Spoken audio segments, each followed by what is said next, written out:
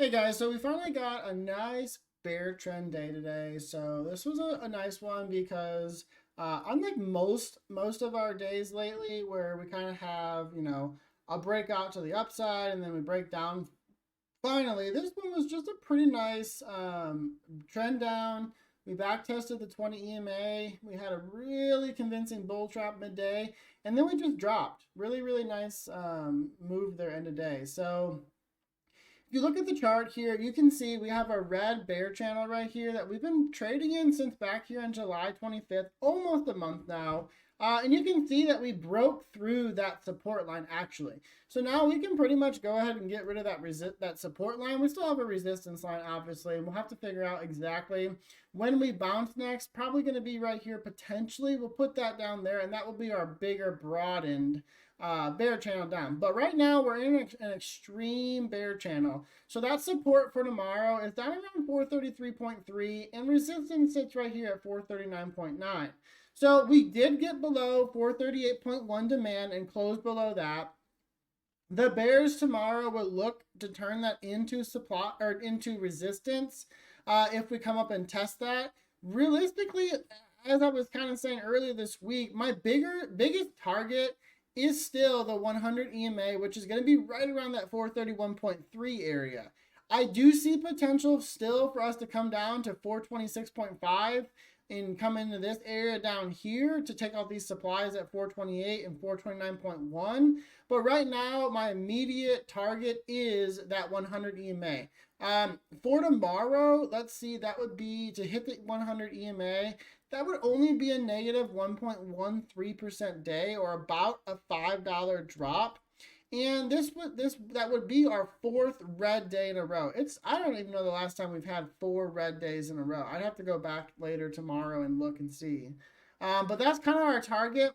Realistically, from a weekly standpoint, this 8 EMA about to cross under the 50 EMA, and we're in a clear bear trend. You can see the EMA is following our trend line. This is extremely bearish. This is now a short the rip sort of market. Going over to futures here, same thing. We had our black bear channel. We went ahead and lost that support now. But we are also in a really extreme bear trend down here on futures. Our resistance for tomorrow sits right around 4,400, and our support is all the way down here at 4,330. Now, same thing, my ultimate target is still about 4,350, which is the 100 EMA.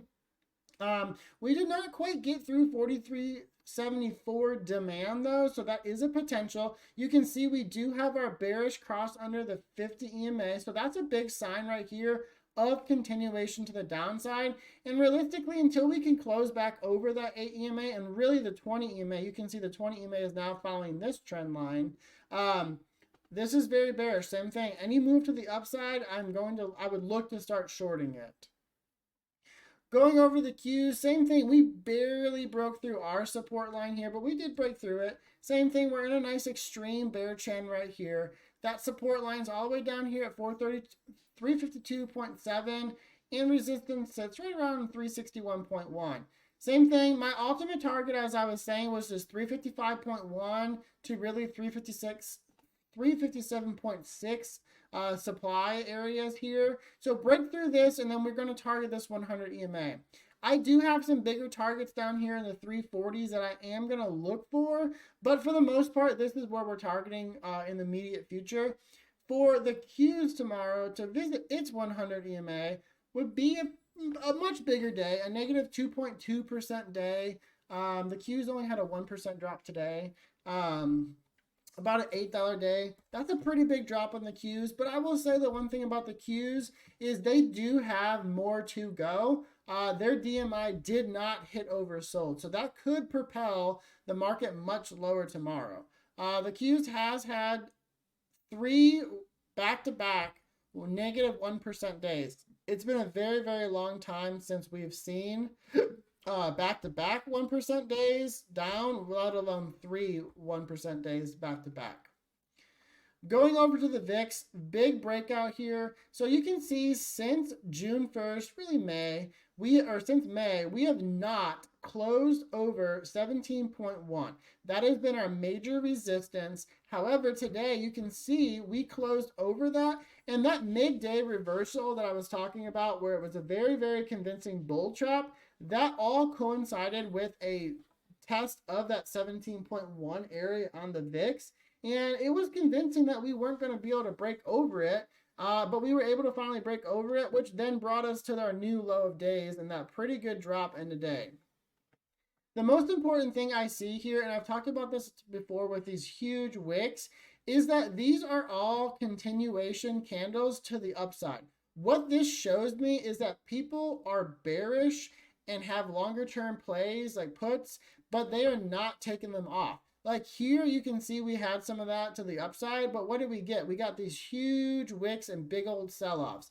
Same thing here. That tells me that people were selling and taking their long-term plays off. Right now, people believe this is a real sell-off. They think this has far more to go. So I am looking next for the target of about 19.6 on the VIX. You can see back in May and early May, and really even back here in March and April, that is a major, major level on the VIX. So that's pretty much going to be our next major fight. We start taking this out, and then it's going to get even bigger and more aggressive. But as of right now, looking at the technicals, I still favor downside. I still believe whether it's tomorrow or in the next week that we are going to test the daily 100 EMAs. All right, guys, I hope you guys had a good day trading today, and I will see you guys tomorrow.